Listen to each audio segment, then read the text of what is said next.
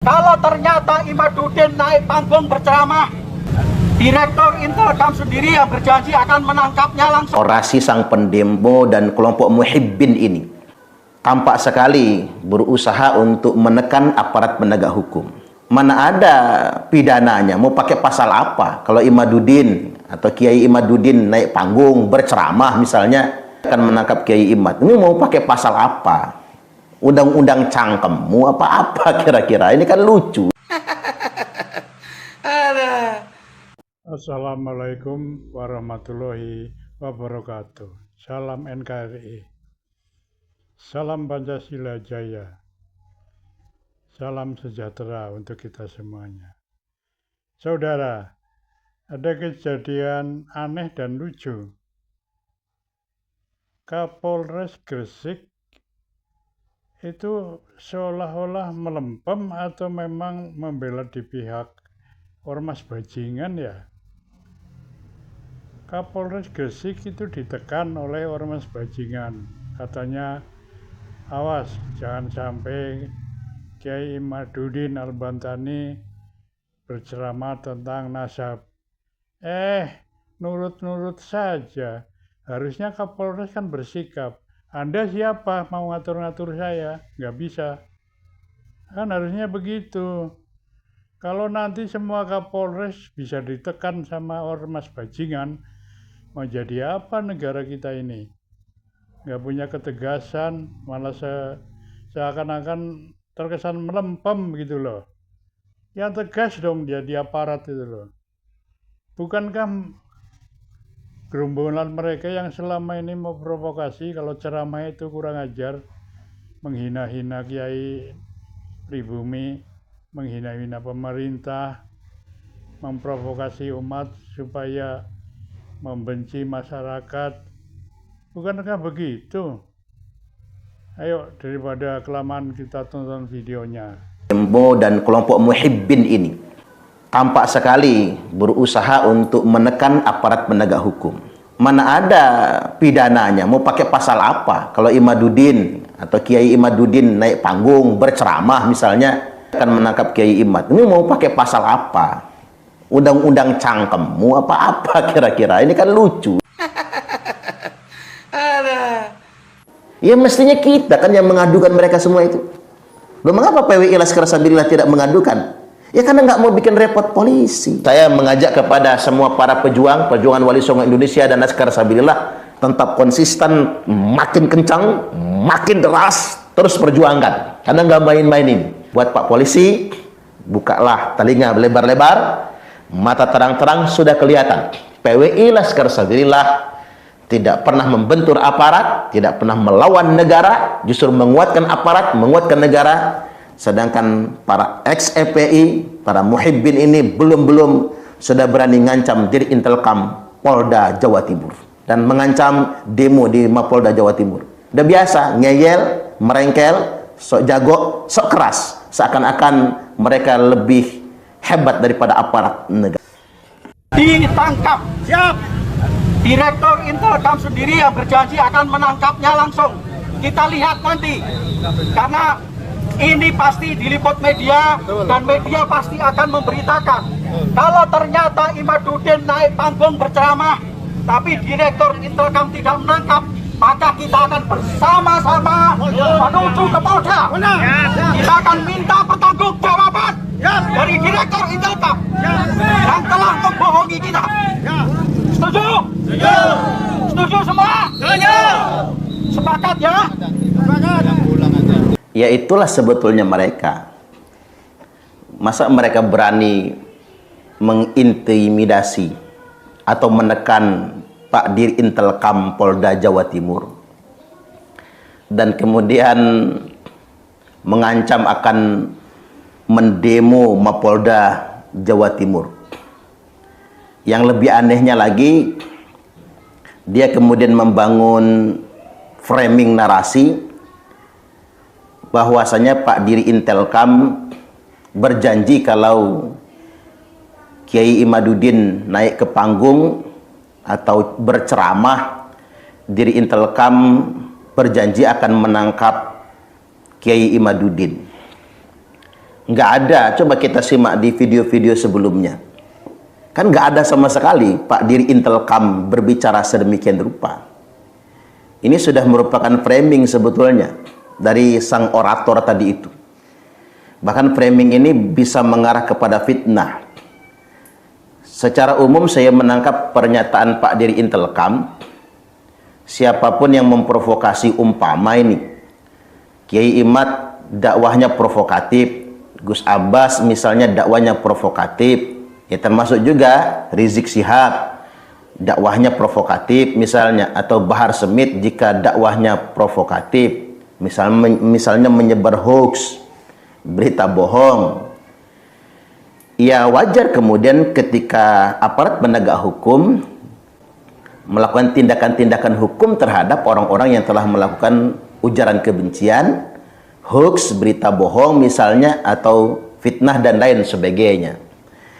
Jadi yang pertama saya hendak menyampaikan buat Pak Diri Intelkam, apa yang sudah Anda lakukan dalam rangka mengondisikan situasi agar senantiasa kondusif itu sudah tepat sekali.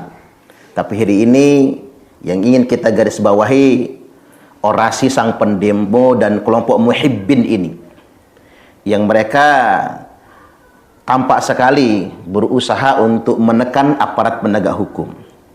Mana ada pidananya, mau pakai pasal apa? Kalau Imaduddin atau Kiai Imaduddin naik panggung berceramah misalnya, Pak Diri Intelkam berjanji akan menangkap Kiai Imad, ini mau pakai pasal apa?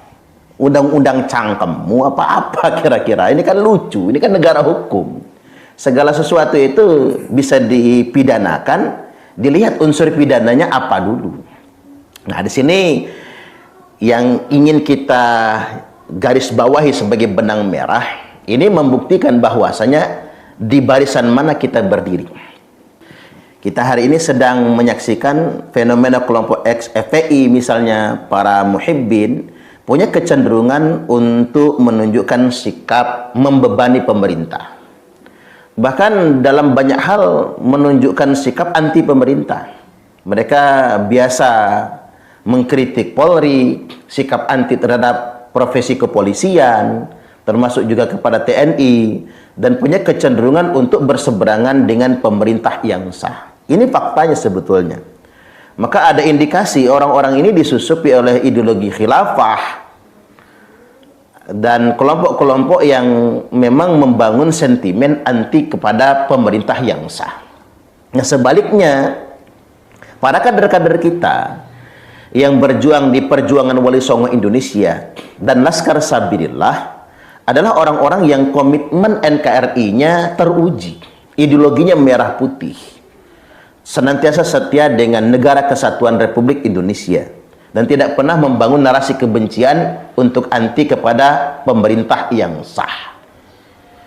Coba kita lihat itu, yang bergabung di PWI, Laskar Sabilillah adalah orang-orang yang memiliki ideologi NKRI, setia kepada Pancasila.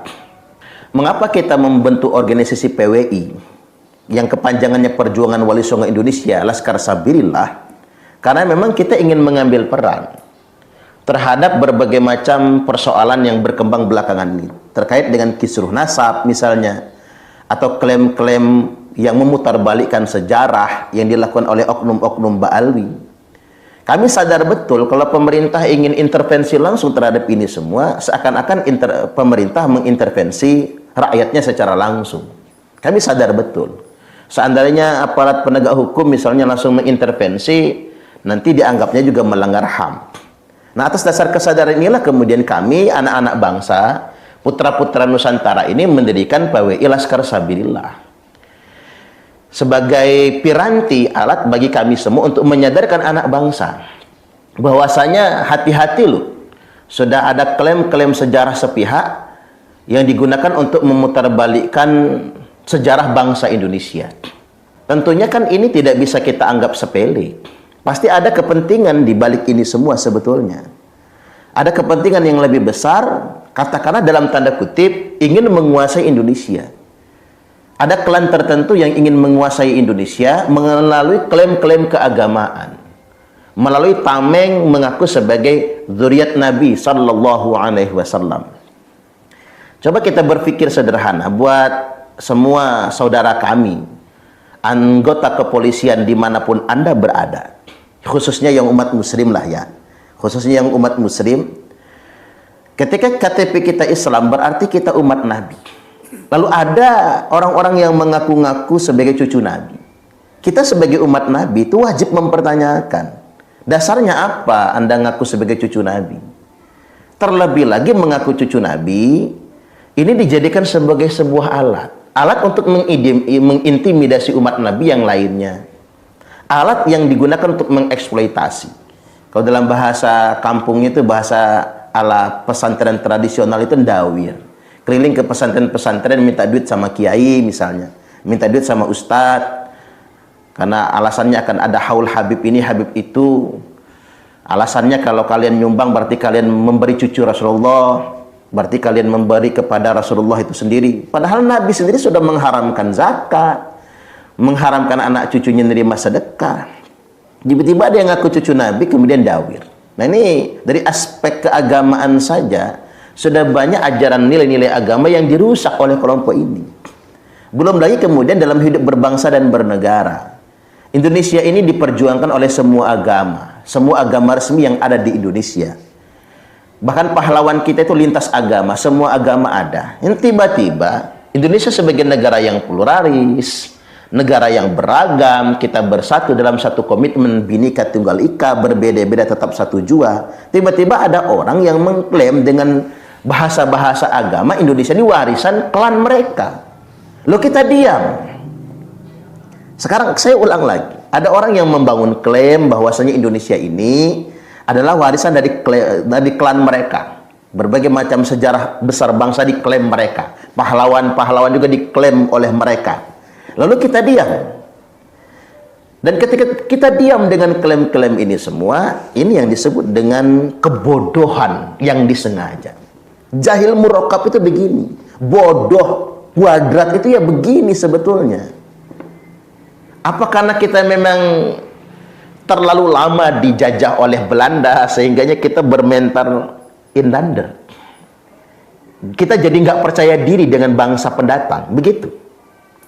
Coba kita bangun kesadaran. Indonesia ini kalau urusan ramah, ngerumat tamu, udahlah. Semua bangsa lain itu acungin jempol. Tidak ada bangsa seramah Indonesia. Tak ulangi, tidak ada bangsa seramah Indonesia. Kita welcome dengan bangsa pendatang.